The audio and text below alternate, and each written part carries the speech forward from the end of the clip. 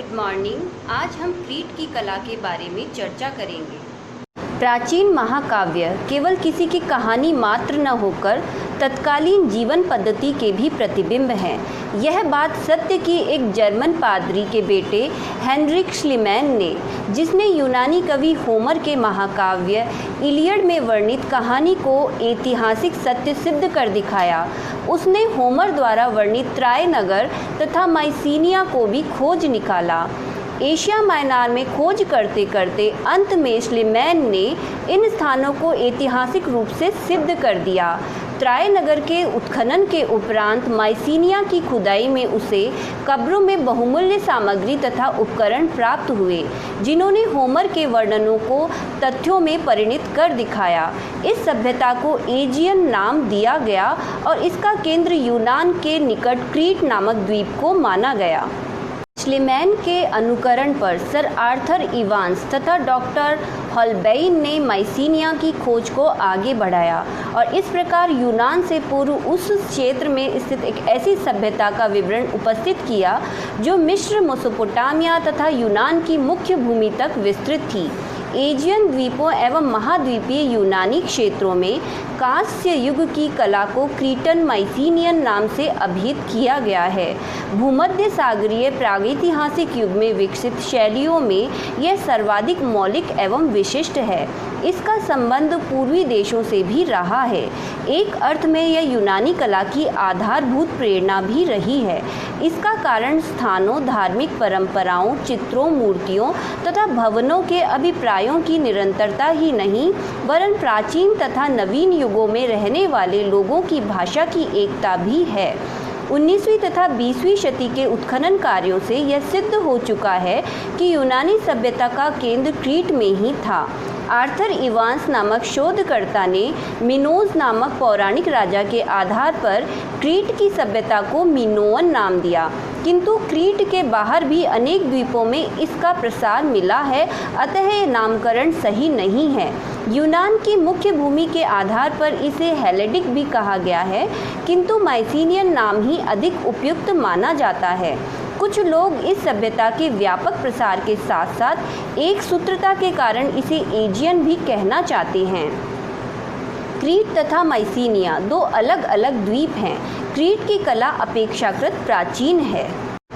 माइसीनिया की कला तथा संस्कृति का प्रभाव क्रीट एवं आसपास के अन्य क्षेत्रों पर भी पड़ा है। क्रीट की कला का इतिहास इवांस द्वारा 3 युगों में विभाजित किया गया है: आरंभिक मिनोअन, मध्य मिनोअन तथा परवर्ती मिनोअन। किंतु अधिकांश विद्वान क्रीट के भवनों के निर्माण में से ही इसका आरंभ मानते हैं और उसी के अनुसार इसका वर्गीकरण भी करते हैं।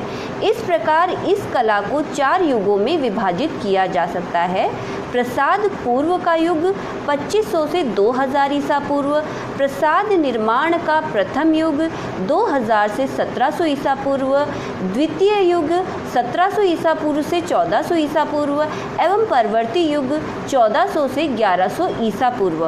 प्रथम युग क्रीट में नवपाषाण काल समाप्त होने के ठीक पश्चात ही आरंभ हो जाता है।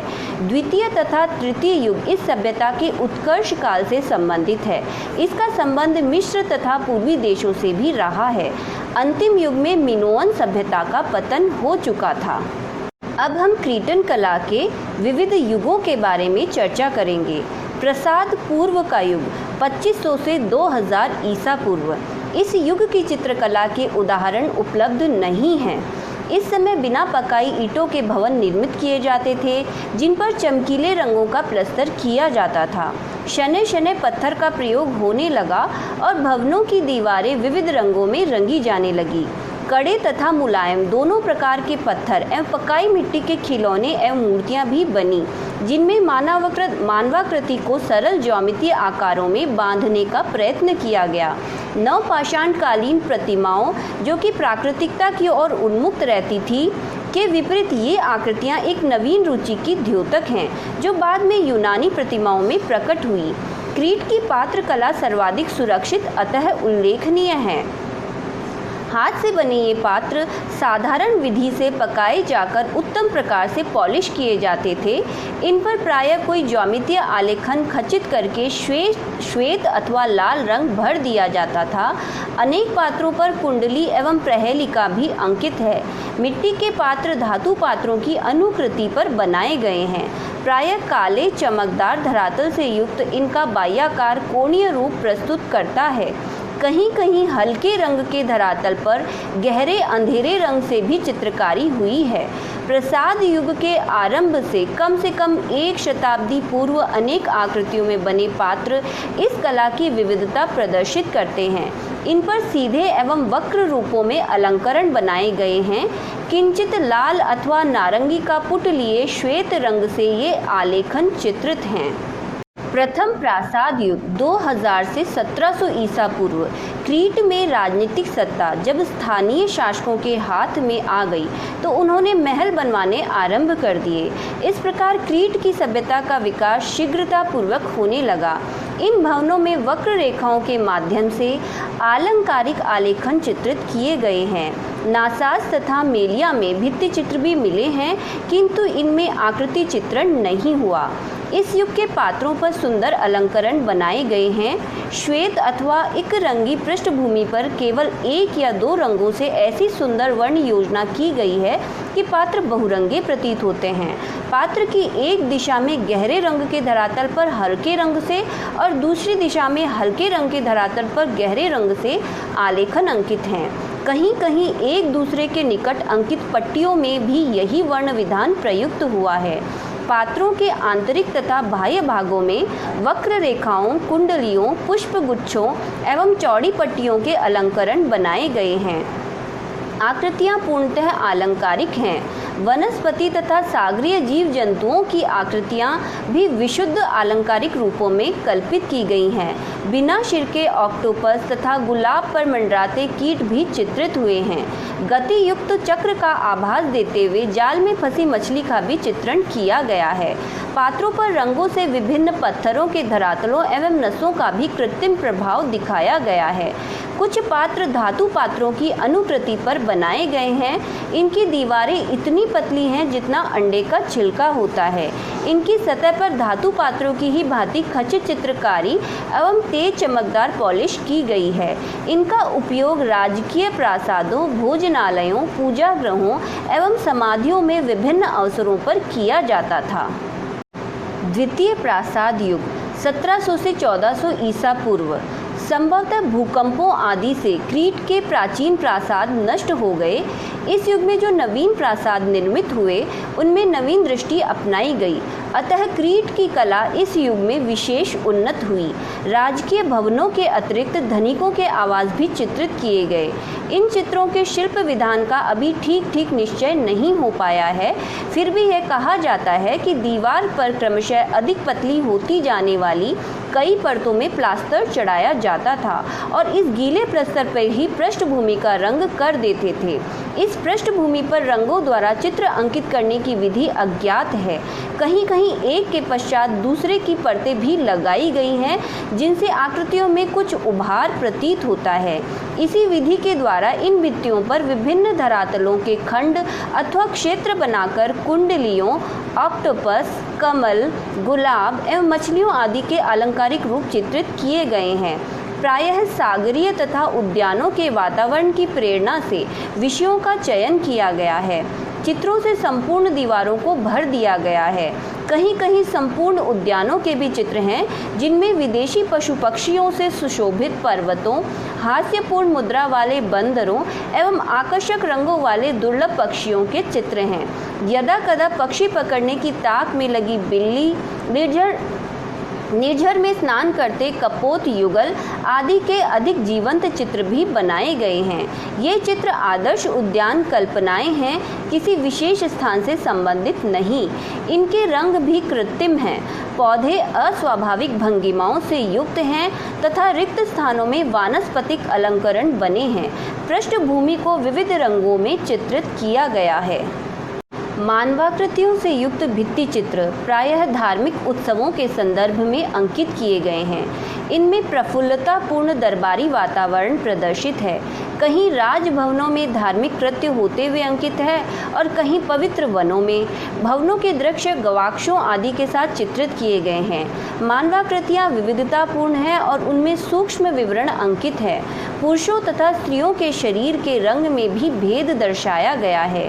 केश विन्यास, अलंकृत वस्त्र एवं आभूषण भार से बोझिल शरीर बड़ी सुंदरता से चित्रित हैं। प्रायः उन्हें स्वाभाविक मुद्राओं में वृक्षों के नीचे बैठे हुए अंकित किया गया है, जैसे कि जैतून के वृक्षों वाले उद्यान के चित्र में। उन्हें प्रायः परस्पर वार्तालाप अथवा तर्क वितर्क करते हुए अथवा हरित भूमि पर नृत्य करते हुए चित्रित किया गया है। अन्य चित्रों में कुछ बड़े आकार की एकाकी नर्तकियां बनाई गई हैं। वे छोटी अंगिया के ढंग का वस्त्र तथा स्कर्ट पहने हैं। टेलीसॉस के भित्ति चित्रों में व्यायाम क्रीड़ा प्रस्तुत की गई है। यह भी लघु चित्रण पद्धति में है।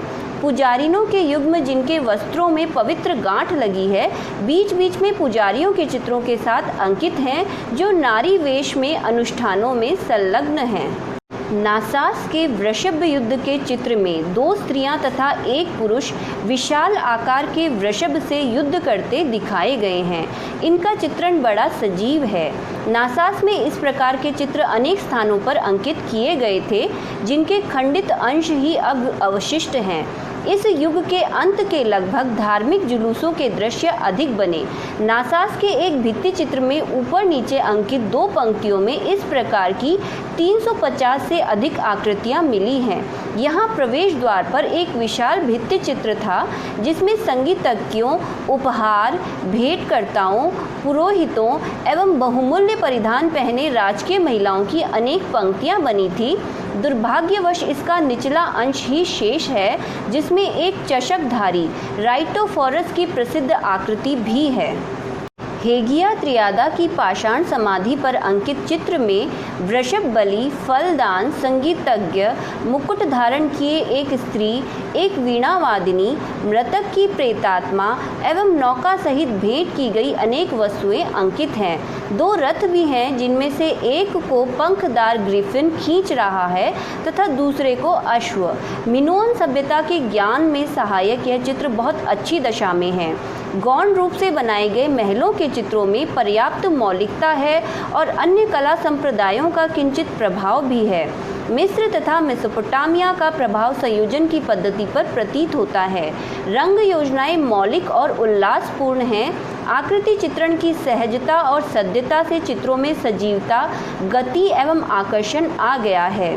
दरबारी तथा धार्मिक दृश्यों की तुलना में मिनोअन चित्रकला प्रकृति से अधिक प्रेरित हैं। परवर्ती युग। इस युग में यूनान की मुख्य भूमि से माइसीनियनों ने क्रीट के द्वीप पर आक्रमण कर दिया। फलतः प्राचीन परंपरा में नवीन प्रभावों का समन्वय हुआ और यह नई कला शैली पनपी। इस युग के चित्र उपलब्ध नहीं हैं। हेगिया त्रियादा के मृग चित्र माइसीनियन प्रभाव के हैं। अलंकरणों में प्रायः अर्धवृत्त एवं कोणीय आकृतियों की अत्यधिक पुनरावृत्ति हुई है। योजनाबद्ध चित्रण तथा विविधता की कमी और विपुल संख्या में पात्रों का निर्माण इस युग की विशेषता है। आलेखनों में रूप योजना का स्थान रेखा जाल ने ले लिया है। धीरे धीरे यह कला पूर्णतः ज्यामितीय और अमूर्त होती जाती है। समाधियों पर भी पात्र कला का प्रभाव है। क्रीटन कला से संबंधित हमारा यह टॉपिक यहीं पर कंप्लीट होता है। आगे भी मैं इस प्रकार की जानकारी आप लोगों को उपलब्ध करवाती रहूँगी। सो प्लीज़ इस YouTube चैनल को ज़रूर से सब्सक्राइब करें। Thank you.